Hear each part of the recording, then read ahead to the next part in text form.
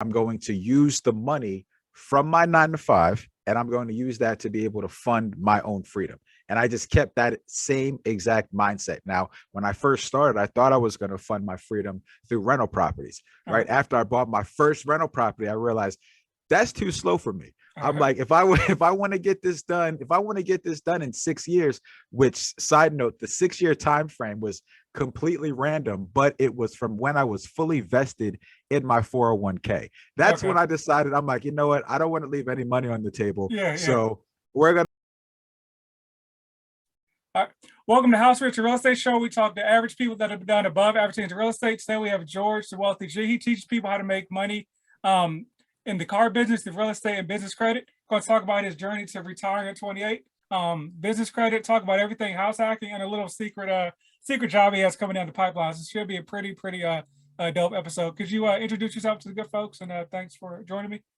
Yeah. What's good, bro? So yeah, again, my name's George, aka the Wealthy G. Exactly like you said. First, I'm celebrating.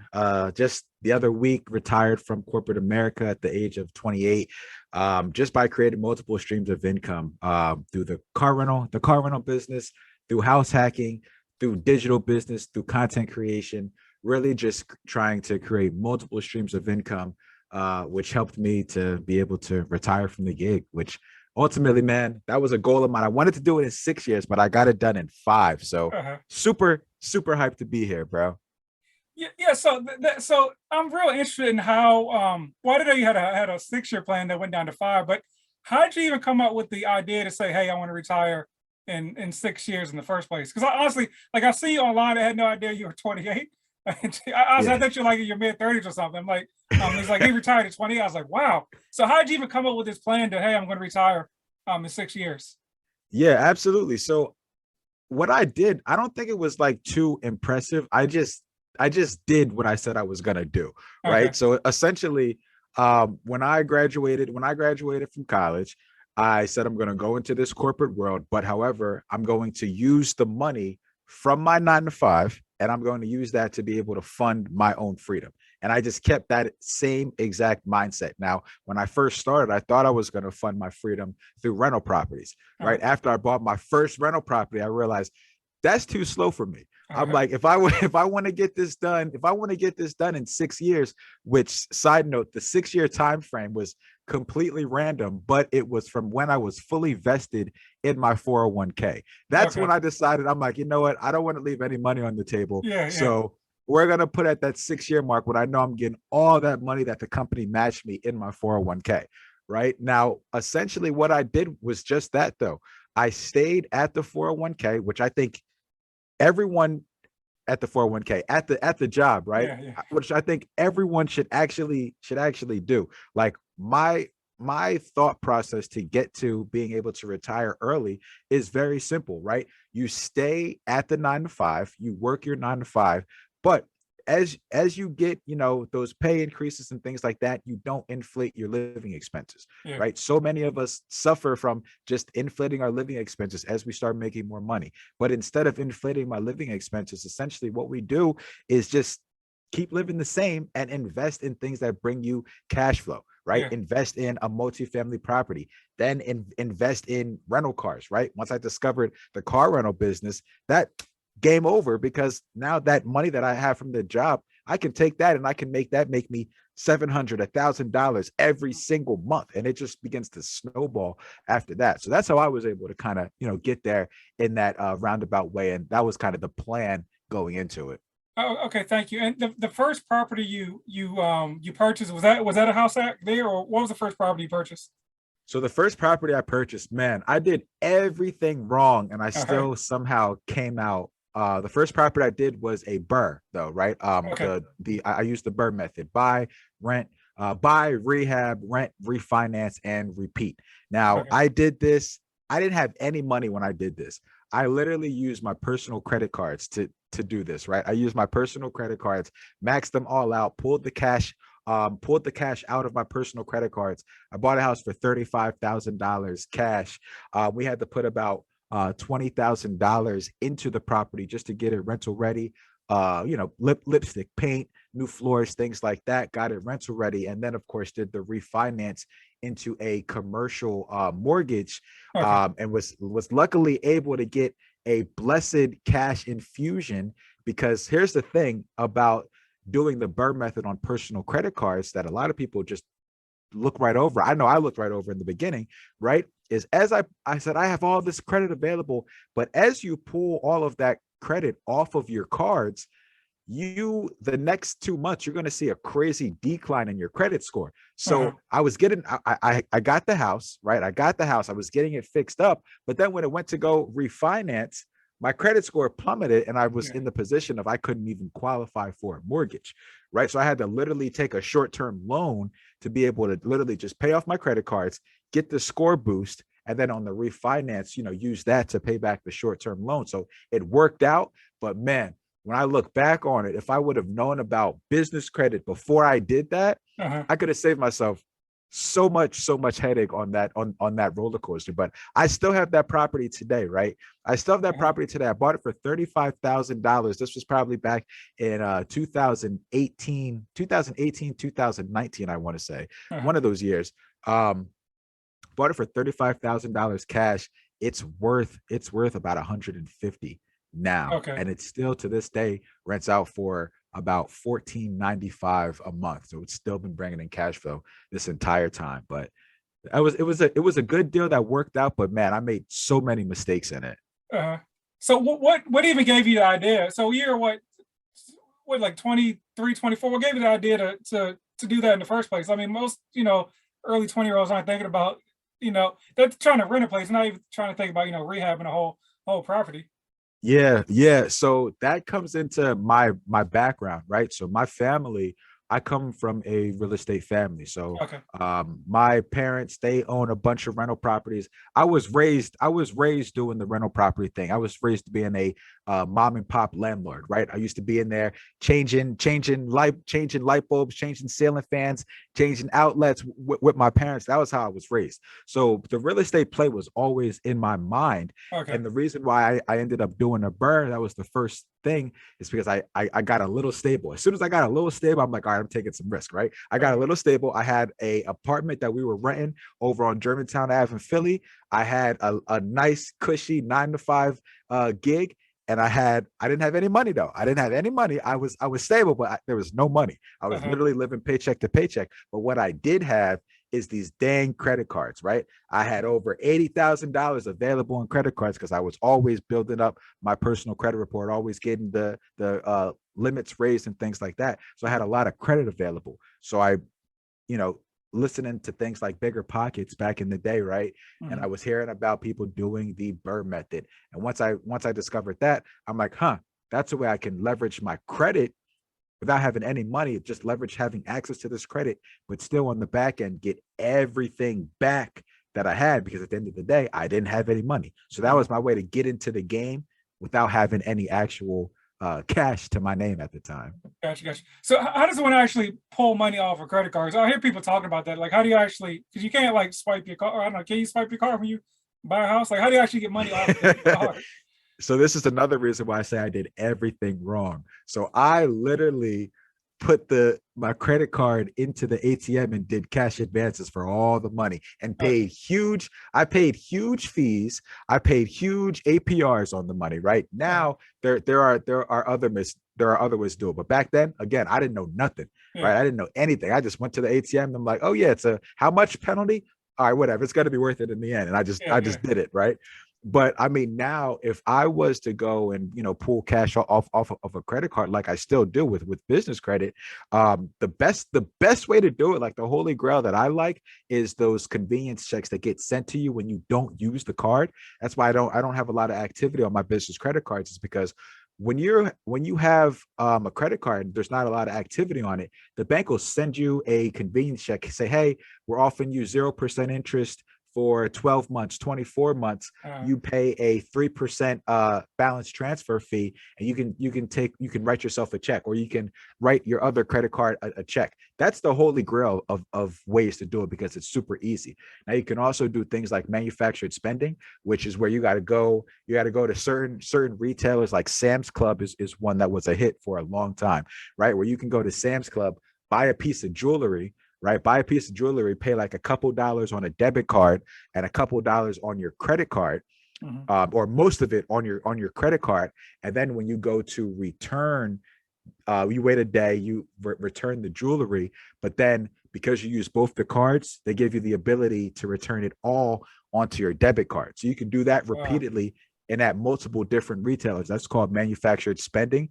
You can do that at multiple different retailers as well to liquidate the money off of the credit cards. Man, there's so many people get creative. You will be surprised. People get so creative when it comes to getting access to that money off of the card.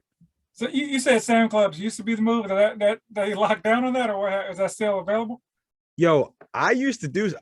I say it used to be the move because it literally used to be my move. I used to do. I haven't had to actually do it in probably like 9 months. 8-9 months now is probably the last time that I did it. So it very much well could still be the move. It just used to be my move when I was manufactured spending and getting cash off of my cards too. Gotcha. When I had to buy this flip, right? Property that I'm flipping right now, I had to, when I was getting some of the cash off, I had most of it available in lines of credit. I need like an additional 5K off of credit cards. So I use that exact play to get the money off those credit cards at 0% interest. Okay, gotcha. Okay, so you got the Burr, which still got, and then so at what point did you decide to purchase your primary residence? Yeah, so that was the next property for me. So my first thing, I just wanted to get some cash flow. I was still renting, and then probably about a year and a half after that was when I bought my first primary residence. Now, I've known this for a very long time, and I live and die by this, right? The first primary residence that we purchase has to be a multifamily, right? Like, I don't care if you don't want to be a landlord. I don't care if you don't want to be a real estate investor. I don't care if you have no interest in real estate. If you want to be wealthy, if you want to generate some type of wealth, you have to, right? You have to use that first purchase and get yourself a 2 to 4 unit property. It's no ifs, ands, or buts about it, right? Because that's exactly what I did, right? I went out, I bought a duplex. The duplex we bought, it wasn't a home run like at all, right? It wasn't a home run, but the power that happens in that purchase is like tenfold, right? Because when we go into instead of purchasing, a nice single family house, we purchased a duplex. I was going from paying $1,500 every single month, right? Every single month in my apartment in rent. And I ended up paying probably about, when it was all said and done, probably about $9,000 to $10,000 down, because I used something called seller's assist on my purchase, right? To be able to get some of my closing costs covered. I put about $9,000 down, and I was able to then eliminate my housing expense. My housing expense, exactly, I was paying about $250 to $300, because, like I said, it wasn't a home run. I wasn't living completely free. But look, going from paying $1,500 to $300, that's still a win, right? And that's what I try to tell people. Everybody's so obsessed with living for free. If you can, in that purchase, lower your housing expense dramatically, it is still a win, because now you have that opportunity cost right there, right? That opportunity cost of what you would have been spending in rent. Now I have an additional $1,200 every single month that I was already spending.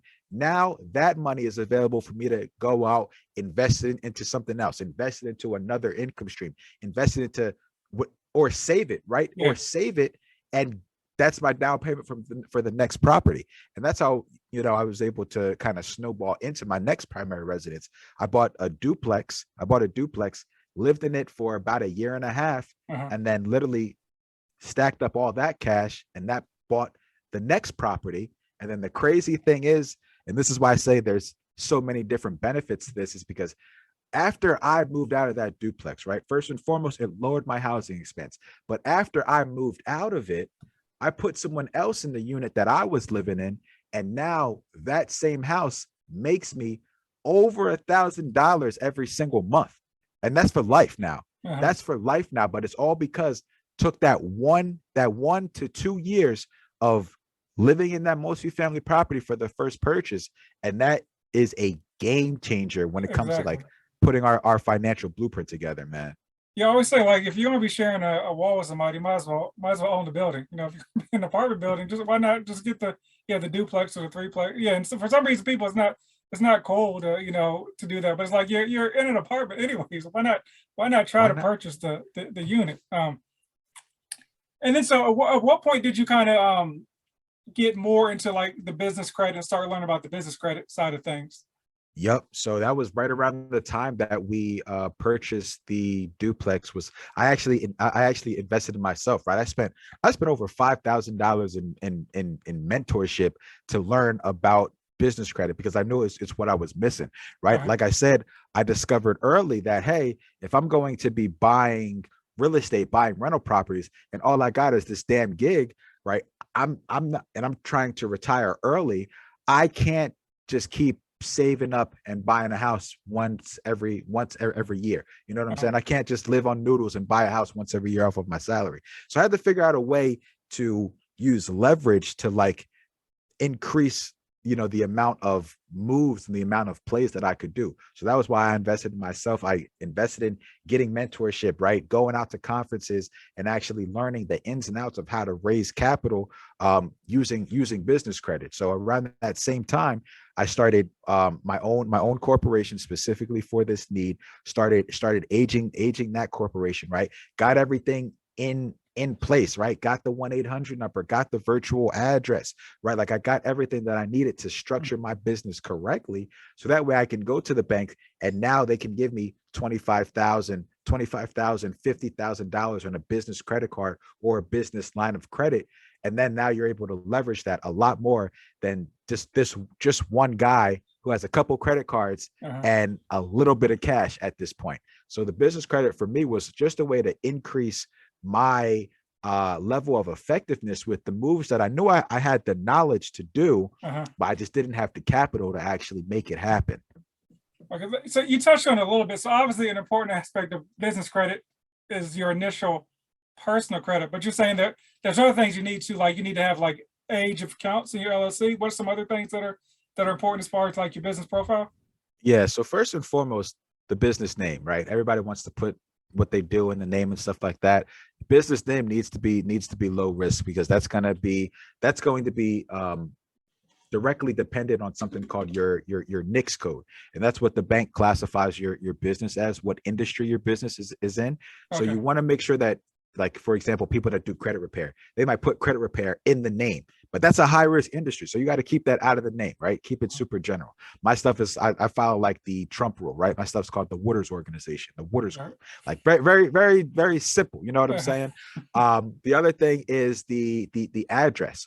When banks are when you are focused on getting a bag from the bank, you have to think from the bank's perspective, right? Uh-huh. One, you're not a high risk name. You're not a high risk name.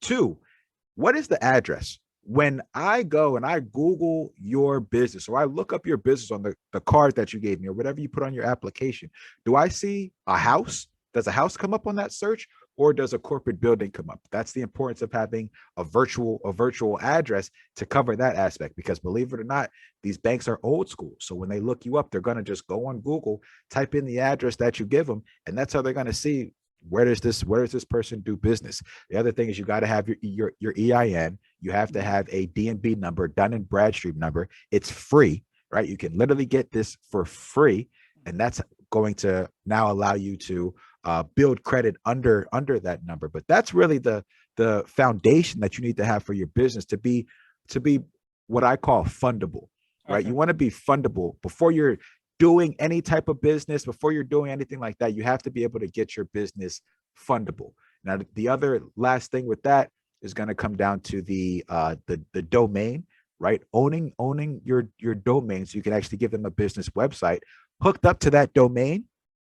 You want to have an actual email address. You don't want to be using your name at gmail.com. You want to now be using info, at whatever your domain is.com, a professional email, and then also a 1-800 number. 1-800 number, again, these banks are old school. So a 1-800 number is just something that, again, as underwriters are, look, as you know, underwriters are checking off boxes, right?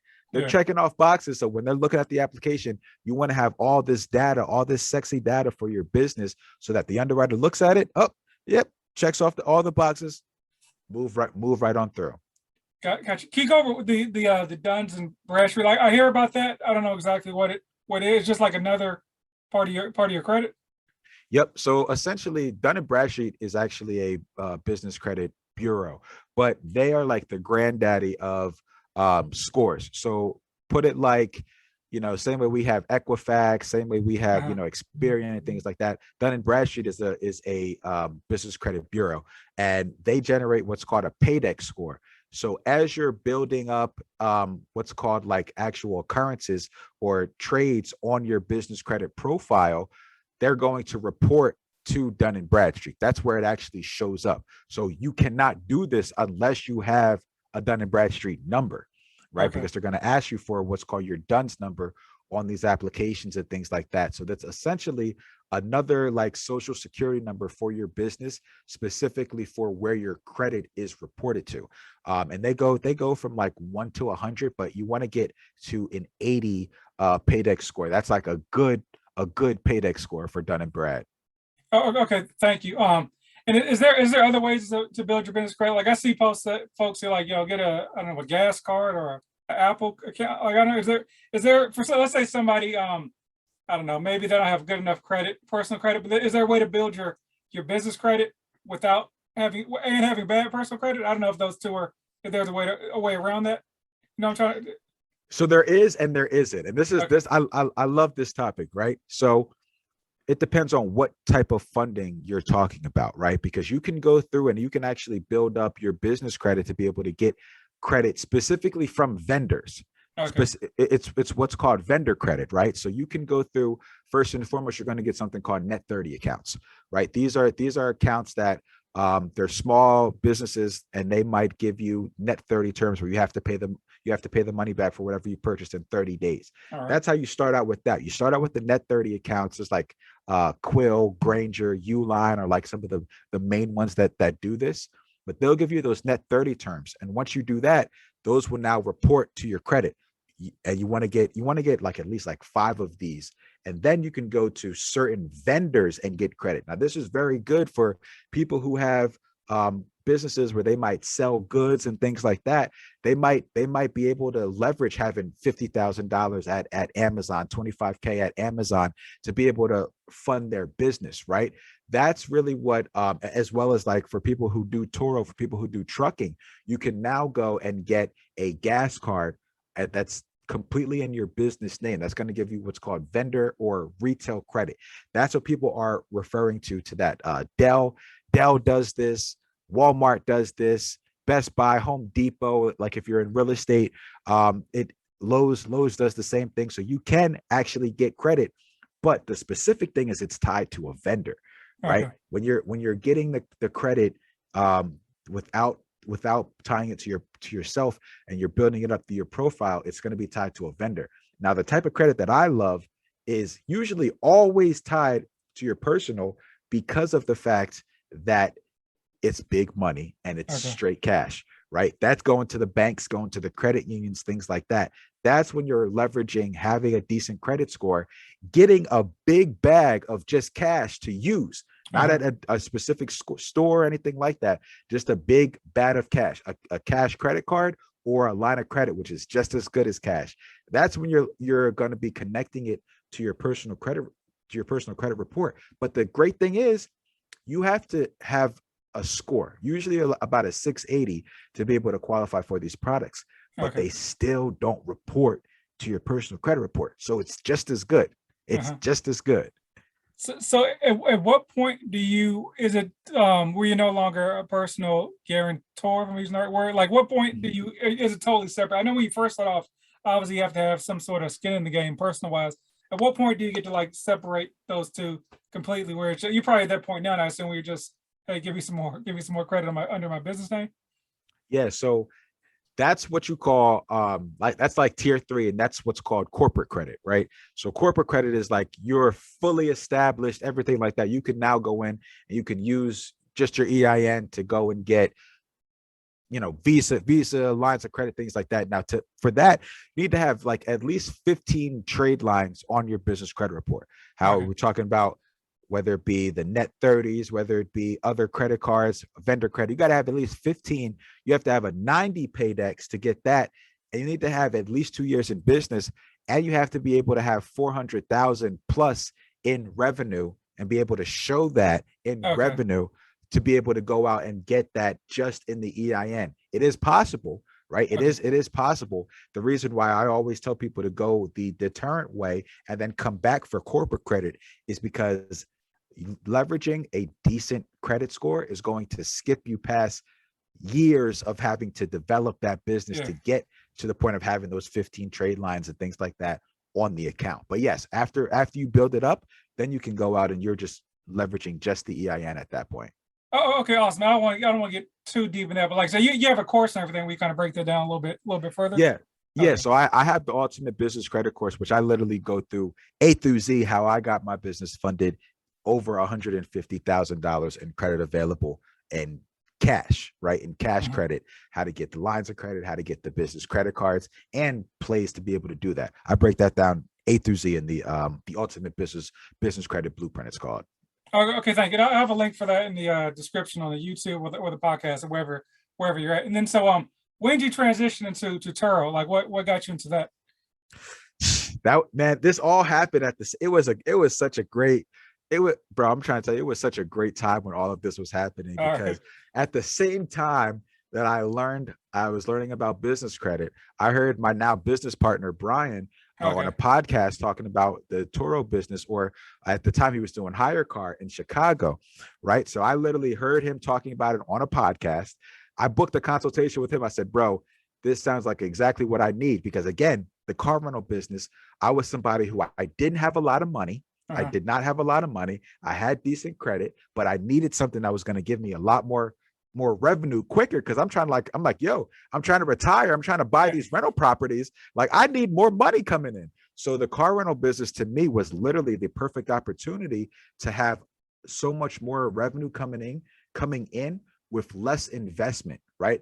I'm bringing in more money a month than my rental property does on a $8,000 vehicle. 8,000 at the time, before prices went crazy, right? On an $8,000 vehicle, it's literally an insane ROI on these vehicles when you turn them into cash flow. So this was literally at the same time. This was 2019, 2020 was when I was really, actually 2020 was the pandemic. So this was 2019, right before the pandemic started, when that actually started picking up, and I discovered this other stream of income. And once I discovered that, I went all in, right? So I told you I was paying big money to learn business credit at the time, and I was learning about the car rental business. I bought my first 2 cars. I bought them cash, right? I partnered up with my guys, and we put our money together. We bought 2 economy vehicles cash. Then I discovered that I can literally take everything that I was learning about business credit, and I can take that, and instead of getting business credit cards and business lines of credit, I can get an auto loan in my business name. When I discovered that, when those 2 things came together, it was like, boom, light bulb went off. So I'm like, okay, now I can get a lot of cars with no money down, finance in my business name so that they don't report on my personal credit, so I can still circle back and buy more real estate. It was literally just the perfect storm that I was able to kind of, bring 2 and 2 together, and be able to literally in less than a year, I looked up, I had 9 vehicles. I was at the dealership at a certain point in time. I was at the dealership at least like once a week, just grabbing cars, getting them all financed in my business name. And the upside on those economy cars is they're netting me $700 to $1,000 Okay. each. So the upside to that was just ridiculous. Okay. So yeah, so you're talking about the car because the first video I ever saw yours was in the Tesla. That was the one. Yeah, yeah. Listen, that was a lot of people's first time ever seeing me. That was like one of the first videos I had that like established the brand, right? That was one of the ones that went super viral. And that's why now, like, I am so adamant about, yes, that piece of content is great, right? The piece of content, I love the Tesla, but I tell people when you're first starting out in your car rental business, don't go for the Tesla, don't go for the Benz, don't go for the Lambo, don't go for any of that kind of stuff, because although that might be, you know, what the goal is, first and foremost, you got to make the decision when you're starting in the car rental business is, why are you starting, right? For me, it was for cash flow, not for any type of image, anything like that. It was for cash flow, right? Those cars, those nice, the Tesla, they're going to do great things for your image, and they can pay for them. They can pay for themselves, right? But I wasn't seeing a huge profit margin on those. It was more so an image boost. Whereas those economy vehicles, look, them things are workhorses, man. Them things are going day in, day out, summer, winter time. So I always say I have either a 3-1 method or a 2-2 method. Like, and I really prefer people to start out with the 3-1 method, which is, before you go into any type of luxury vehicle, at least have 3 economies under your belt. Because again, when we're, you know, kind of getting back to construction, if you're building something, you got to have a solid foundation, right? And those economy cars, those are your solid foundation to building a successful car rental business, for sure. Okay, so cool. So what's can kind of walk through the numbers, maybe on your first, or maybe your first couple cars. So you get a car cash, or maybe somebody finances it, and then like what typically can you expect off of, maybe, I don't know, a Nissan, whatever an economy car is. Like, what you got to expect off of maybe one car? Yeah, so for sure. So we can kind of talk about, I have Nissan Versas, right? So when it comes to the Nissan Versas, which are a typical economy car, right? I have those vehicles financed in my business name. The payment on them is probably going to be about 260, something like that, right? It's probably going to be about 260. Now that same vehicle is going to it's going to net me about $40 a day. That same vehicle is going to net me about $40 a day, right? So there are literal times, what is 440 times 30? That's 120, right? So that it can make up to that 120. That's 1200, right? It can make up to that 1200, but again, you have to take out the car payment, right? Insurance is about $64. We use commercial car sharing insurance. It's about $64. It's dirt cheap, right? Does everything that you need it to do. That's going to cover the vehicle itself. And then from there, the other expense that you might have is car wash, things like that. And then we always put aside a little bit, 5 to 10% for like reserves as well. But after that, you're looking at literal profit of, again, around that $800 mark, you know, on a decent time, where I have vehicles now, I don't see them for 3-4 months at a time. You know what I'm saying? So they are out there just making money, grinding day in and day out. So on a vehicle like that I purchased for, let's say, about 11K, I got one of my Versas for.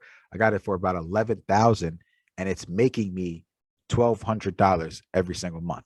I don't know the exact calculations on that ROI, but it's ridiculous. Yeah. That's not bad. Yeah. And then and maybe, I don't know, maybe you had processes in place, or maybe you did. But what are some like mistakes you may have learned the hard way, or some common mistakes folks may make when they're just kind of jumping into the game with no game plan?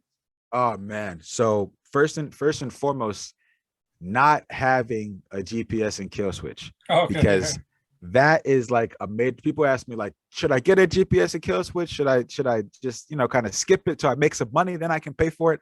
Get that thing on before you rent your vehicle out to anybody, because in this game, something that comes with it is you're working with considerable strangers, right? You're working with strangers, so you don't know. And there has been multiple occasions where somebody's late on a rental, somebody's not answering the phone calls when the car's due back, where I can just literally go into my software, right?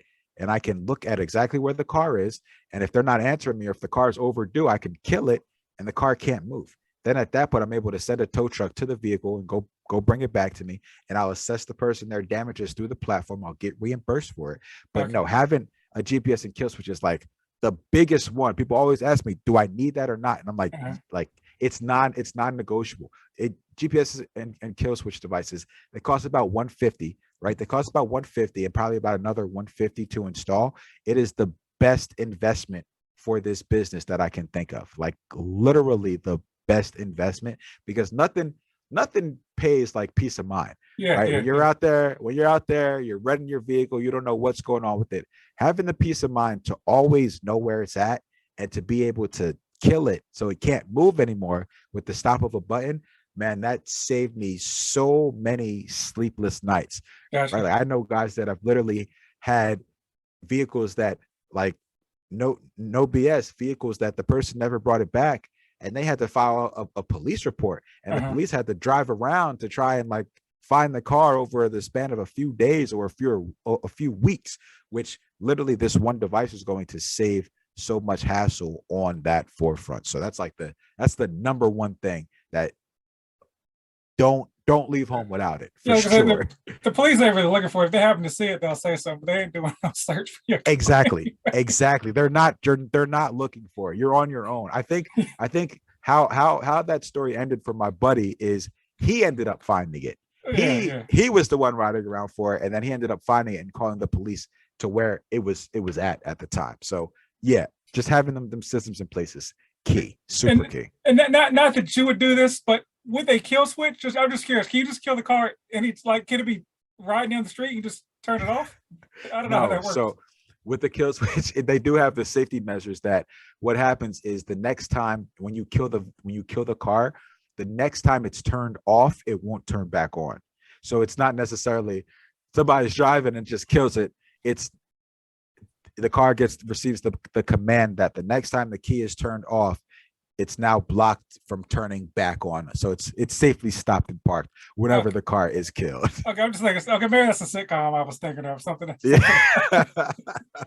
um, and maybe this was new to me, but like I really started hearing about Turo like maybe by the same time you did, or maybe probably a little bit behind. 2001. It seemed to be everybody had a car. Everybody was like Turo this, Turo that. Have you seen like with your community? Has it been consistent? If things slowed down, or as it's kind of like the people that knows what they're doing, they're steady, or it just seemed like everybody was doing Turo at some point. Is there any kind of like dip in the demand? That's what I'm looking to say.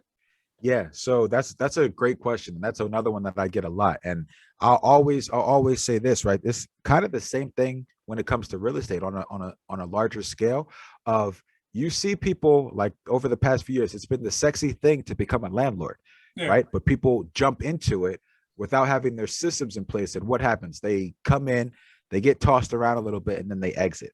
That's the same type of process that has happened with the car sharing industry. Is you see people who you can tell right off the bat someone who has a system in place, a business in place, versus someone who is kind of just winging it, kind of just there to see if their car can make some money, and they get eliminated very quickly. One of the Gotcha. main things that does this is, look, when you don't have systems in place, check marks in place that you're checking your vehicle out, cleanliness tends to lack very much so in someone who's not doesn't have a particular system in place.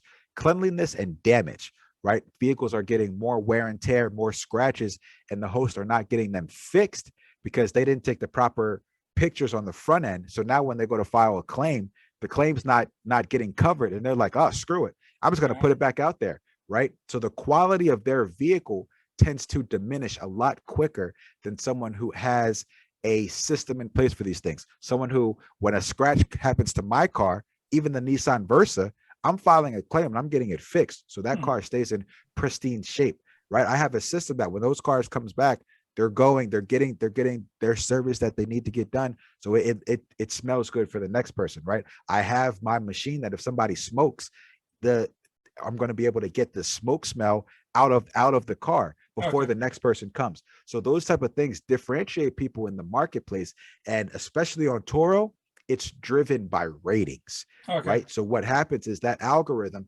as you start to differentiate in the ratings, people have bad experience with less experienced hosts, less systemized hosts.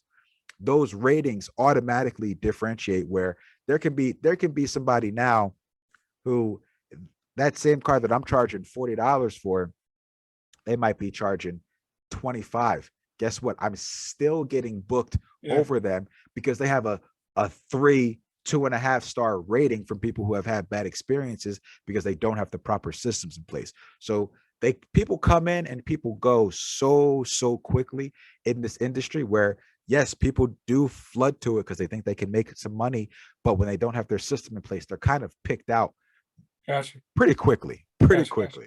Gotcha. So how do I get my first booking? So I know it's that, well, this is a real life scenario. So I work from home, so I have a car that I don't even drive.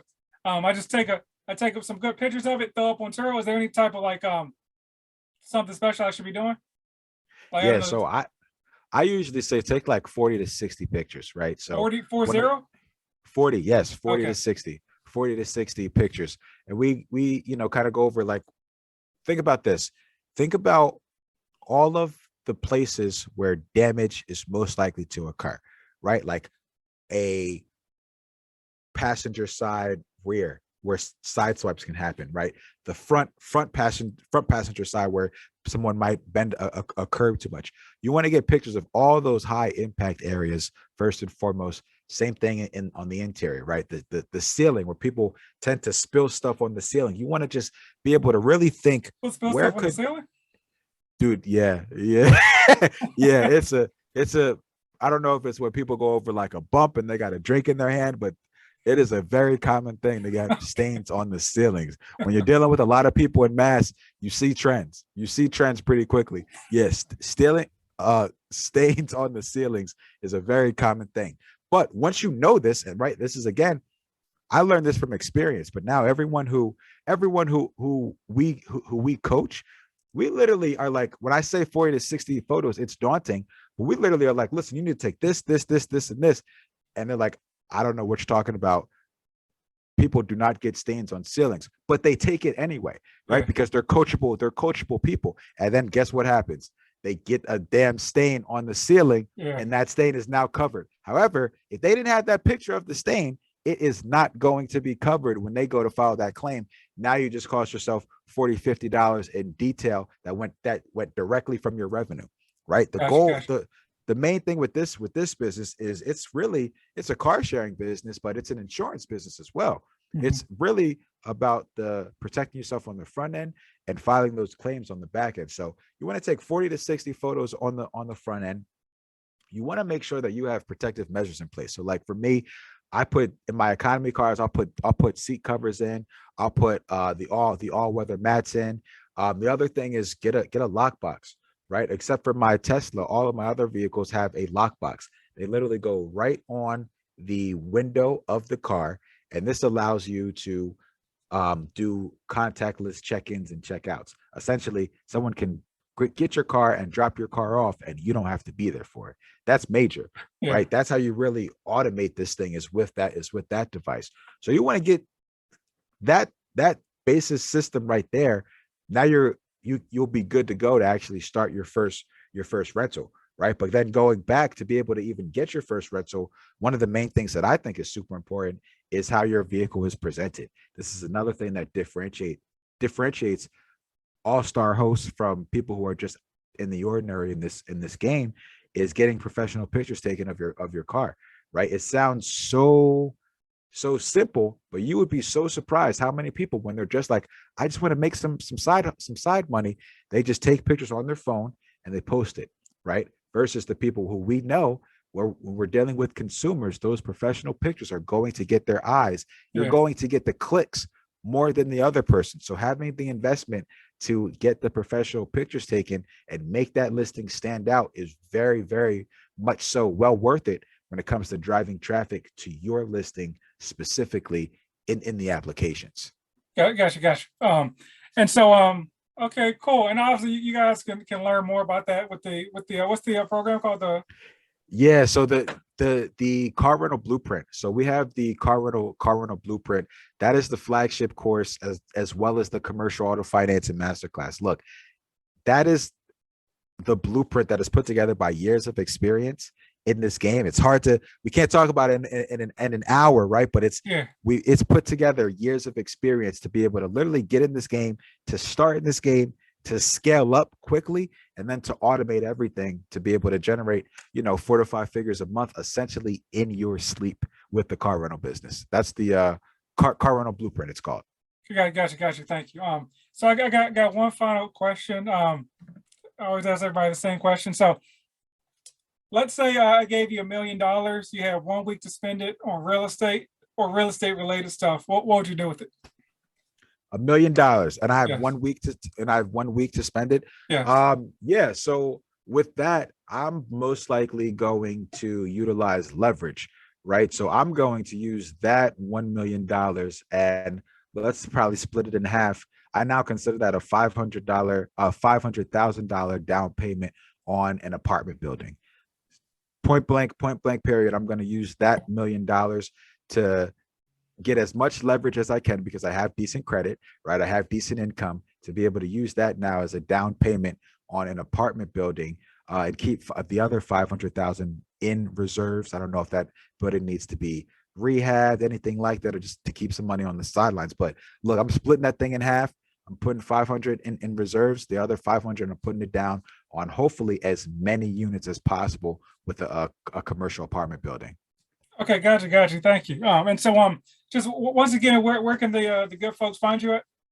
Yeah, so on Twitter, Instagram, YouTube, the wealthy G, with the letter G. No underscores, nothing, just the wealthy letter G. Okay, awesome. Appreciate your time. And there's no outro to this podcast, so it is over. Let's go. I appreciate it. Thank you.